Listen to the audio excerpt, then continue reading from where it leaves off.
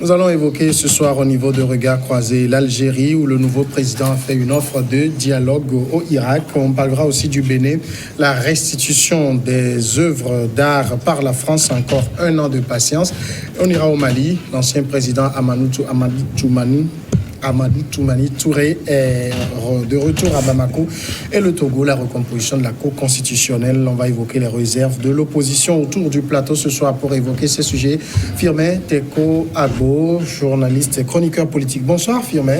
Bonsoir Samuel Niavi, merci de m'avoir invité. Credo Tété, directeur de publication de Le Médium. Credo Tété, bonsoir. Bonsoir Samuel et bonsoir à tous ceux qui nous suivent à l'instant. Le plus stylé sur le plateau ce soir, Francisco Napokora. Bonsoir Francisco. Alors, bonsoir Samuel, bonsoir aux téléspectateurs. Et bon, avant de commencer, s'il vous plaît, j'ai un petit cri de cœur à l'endroit de notre ministre de la Sécurité. Oui. Et par rapport à ce qui se déroule depuis depuis 3 semaines en pays Bassar. Et il se passe qu'il y a des crimes de sang, des crimes rituels, et où les enfants sont pris et sont sacrifiés et par des personnes. D'abord, ça avait commencé dans la zone de Bandjeli et autres par ce qu'on appelle communément les Dadjiens. Et donc, où on a eu à constater la disparition des enfants et qui a suivi après, on a découvert que c'est des gens qui les ont pris et sacrifiés. Et tout dernièrement, c'était il y a 2 semaines à Bassar-Ville même, où c'est une dame qui, disons, est soupçonnée d'avoir pris un enfant de son locataire et qui a été sacrifié. On a découvert le corps après. Donc, selon nos informations, la gendarmerie non seulement a mis la main sur la dame et certaines personnes, et on continue de faire les enquêtes parce que la dame n'a pas fait seule, et puis ceux qui sont soupçonnés.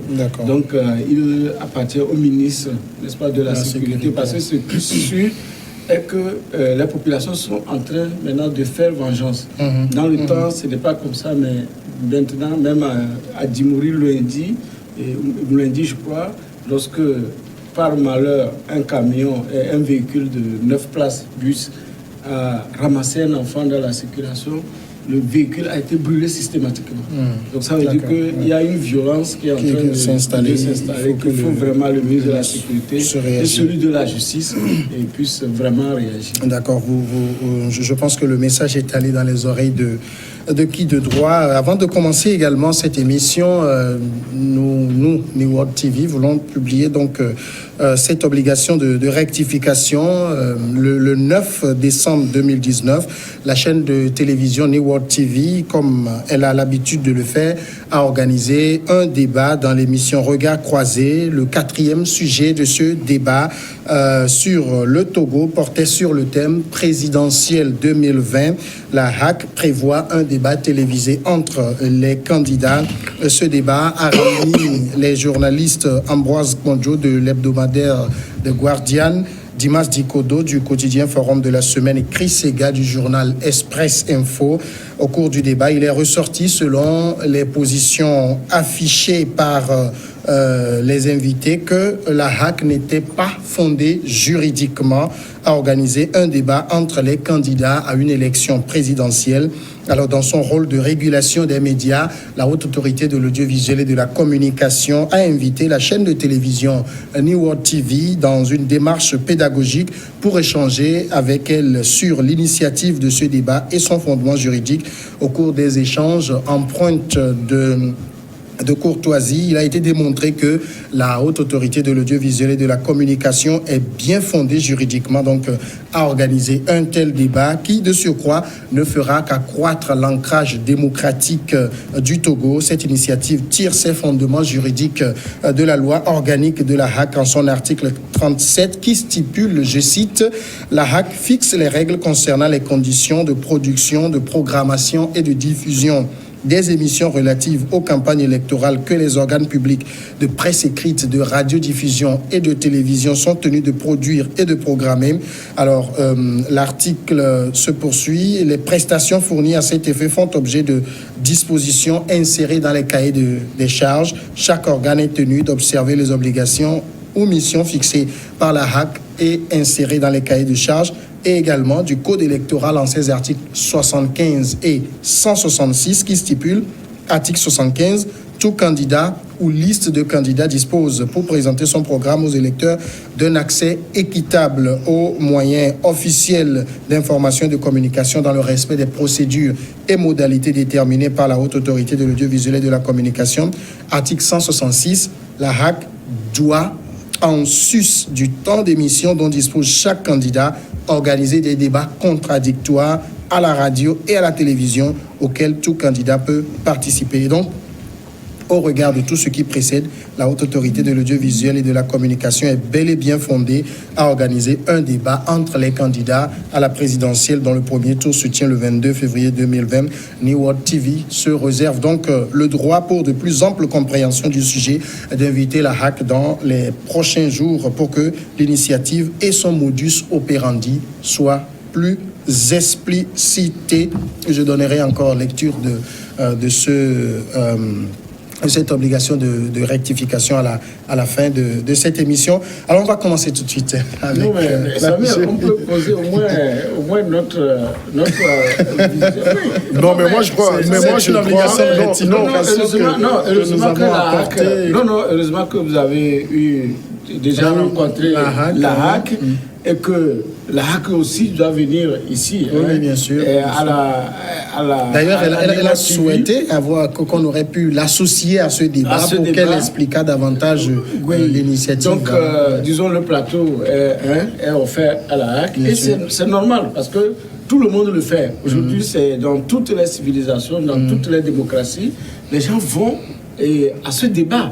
Et toujours, on se demande quel est ce cas exceptionnel du Togo où c'est toujours des gens qui parlent au nom des candidats. Donc, on a besoin que maintenant, pour cette campagne des élections de février 2020, que tous ceux qui veulent, n'est-ce pas, aller briguer à la magistrature suprême, qui ont déposé, passent sur les médias pour parler et qu'on leur pose des questions. Et surtout, au deuxième tour, qu'on puisse recevoir les deux et qu'on leur pose des questions. Et sinon, on a des gens, c'est comme on les force à être président, ce n'est pas normal. Voilà. Non, mais moi, par rapport à la lecture de cette obligation, c'est sans commentaire. Donc là, mais je voudrais nuancer les propos de mon cher confrère pour dire, certes, il est souhaité que les candidats à une élection, surtout présidentielle, puissent avoir cette opportunité de discuter entre eux comme candidats. Mais je voudrais relever que, en fait, lors des dernières élections présidentielles au Mali, il y avait eu cet exercice entre les candidats et ce n'était pas une obligation pour les candidats d'être là. Certains ont trouvé le temps matériel pour y être, d'autres n'ont pas pu participer à ce débat qui a été fait et qui a été animé par des journalistes présentateurs de renom. Donc, il est souhaité ce débat, mais on ne saurait parler d'obligation pour les candidats. Libre choix aux candidats d'accepter ou non l'invitation de l'organe en question. Mais de toute façon, le fait que la HAC prenne cette initiative cette année est très salutaire.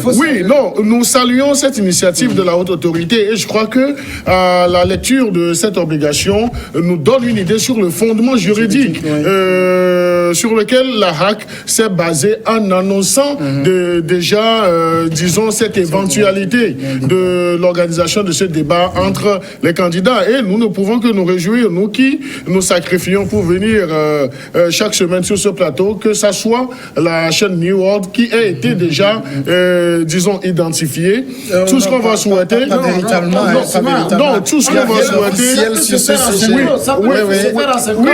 On laisse à la HAC. Comme la HAC l'a dit aussi. Mais toujours est-il que la HAC a le choix et cette opportunité d'organiser avec le choix même des présentateurs et peut définir également le cadre qui doit doit accueillir ce débat. Donc, c'est une bonne chose. C'est souvent en synchro, par exemple. En France, c'est avec France 2, TF1. Pour le deuxième tour, souvent, ça a toujours été comme ça. Mais c'est une bonne démarche, surtout pour l'ancrage de la démocratie dans notre pays. Ça va aider à voir qui sont vraiment les candidats et les potentiels présidents ou les futurs éventuels présidents. Parce que tout le monde ne peut pas se lever comme ça pour dire je veux être président.